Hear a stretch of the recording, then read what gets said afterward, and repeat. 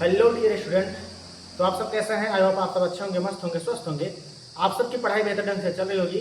तो आज हम देखेंगे क्लास 12 के फिजिक्स में अगला टॉपिक है आपका। टॉपिक है वैद्युत द्विध्रुव के कारण अच्छी स्थिति। वैद्युत द्विध्रुव के कारण अच्छी स्थिति में किसी बिंदु पर वैद्युत क्षेत्र की तीव्रता का मान हम याद करेंगे। अच्छी स्थिति के लिए हम याद करेंगे। देखिएगा, मान लीजिएगा यह एक वैद्युत द्विध्रुव है ए बी। मान लीजिएगा एक वैद्युत द्विध्रुव क्या है? ए बी है, ए बी। मान लीजिएगा वैद्युत द्विध्रुव ए बी है जो माइनस क्यू और प्लस क्यू, जो माइनस क्यू और प्लस क्यू आवेशों से मिलकर बना है, जिनके बीच की दूरी जो है कितना है? जिनके बीच की दूरी स्मॉल टू है, जिनके बीच की दूरी स्मॉल टूएल है। देखिए, वैद्युत द्विध्रुव के मध्य बिंदु ओ, वैद्युत द्विध्रुव के मध्य बिंदु ओ से आर दूरी पर, मध्य बिंदु ओ से आर दूरी पर एक बिंदु पी स्थित है। एक बिंदु पी स्थित है, बिंदु पी स्थित है जिस पर वैद्युत क्षेत्र की तीव्रता का मान क्या करना है? ज्ञात करना है। यहाँ पर ई का मान हमें ज्ञात करना है, इस बिंदु पी पर। अब ध्यान दीजिएगा, ई का मान ज्ञात करने के लिए बिंदु पी पर ई का मान ज्ञात करने के लिए हमें क्या करना पड़ेगा? बी से पी तक की दूरी हमें काउंट करनी पड़ेगी और ए से पी तक की दूरी हमें काउंट करनी पड़ेगी। ध्यान दीजिएगा, ये एक मध्य बिंदु है, वो जो है वैद्युत द्विध्रुव का मध्य बिंदु है। तो ये दूरी क्या हो जाएगी? स्मॉल एल हो जाएगा, और ये दूरी भी क्या हो जाएगी? स्मॉल एल हो जाएगी, क्योंकि ये टोटल दूरी कितना है? 2l है। अगर ये मध्य बिंदु O है तो ये दूरी L हो जाएगी और ये भी दूरी L हो जाएगी। बिंदु B से और P की दूरी अगर पूछा जाए, बिंदु B से P तक की दूरी क्या होगी? और बिंदु A से P तक की दूरी क्या होगा? ठीक है, देखिएगा, बिंदु B से P तक की दूरी क्या होगी और बिंदु A से P तक की दूरी क्या होगा? देखिएगा, यहाँ पर ये टोटल दूरी R है। अगर हम R में से ये दूरी L घटा दें तो हमें BP की दूरी प्राप्त हो जाएगा, अर्थात BP की दूरी क्या हो जाएगी? R माइनस L हो जाएगा। क्या हो जाएगा? R माइनस L हो जाएगा। और AP की दूरी क्या हो जाएगा? देखिएगा, यहाँ से यहाँ तक की दूरी R है और ये दूरी L है। अगर इनको ऐड कर दिया जाए तो हमें AP की दूरी प्राप्त हो जाएगी, R प्लस L की हो जाएगी, R प्लस L हो जाएगा। तो देखिएगा, हम यहाँ पर क्या क्या किए हैं वही लिखना है। देखिए, माना ए बी एक वैद्युत द्विध्रुव है, एक वैद्युत द्विध्रुव है जो माइनस क्यू तथा प्लस क्यू आवेशों से मिलकर बना है, जो माइनस क्यू तथा प्लस क्यू आवेशों से मिलकर बना है, जिनके बीच की दूरी स्मॉल टूएल है, स्मॉल टूएल है। वैद्युत द्विध्रुव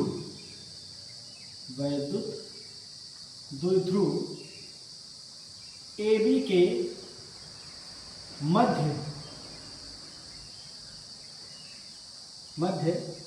बिंदु O से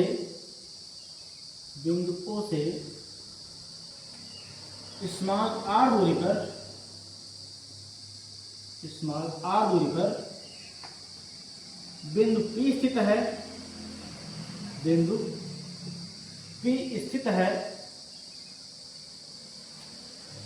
जिस पर वैद्युत क्षेत्र की तीव्रता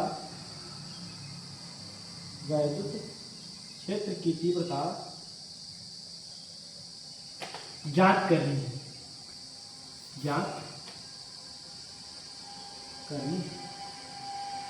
ठीक है, जो यहाँ पर मौजूद है।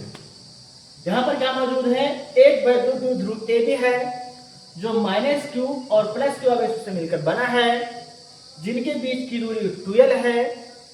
वैद्युत द्विध्रुव के मध्य बिंदु O से r दूरी पर एक बिंदु P स्थित है और इस बिंदु P पर वैद्युत क्षेत्र की तीव्रता का मान ज्ञात करनी है।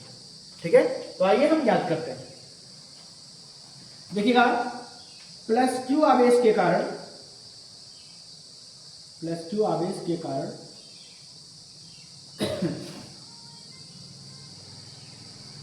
बिंदु P पर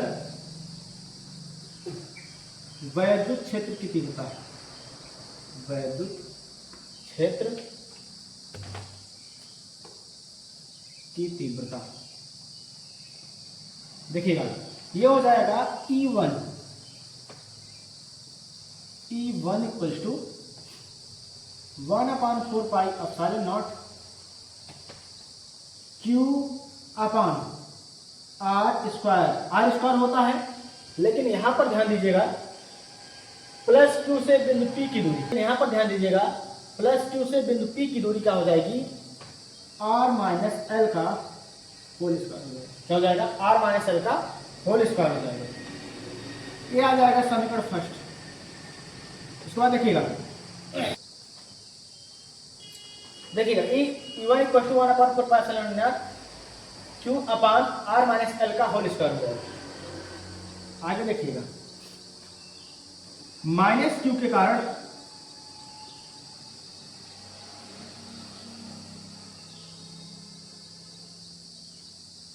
बिंदु P पर वैद्युत क्षेत्र की तीव्रता, -q के कारण, ये -q के कारण बिंदु P पर वैद्युत क्षेत्र की तीव्रता तो हो जाएगा E2 equal to 1/4 pi epsilon naught -q upon R plus L, इसकी रेंज कितनी है, इसकी दूरी कितनी है, R प्लस L का होल स्क्वायर, समीकरण सेकंड हो जाएगा। उसके बाद देखिएगा, बिंदु P पर परिणामी वैद्युत क्षेत्र की तीव्रता,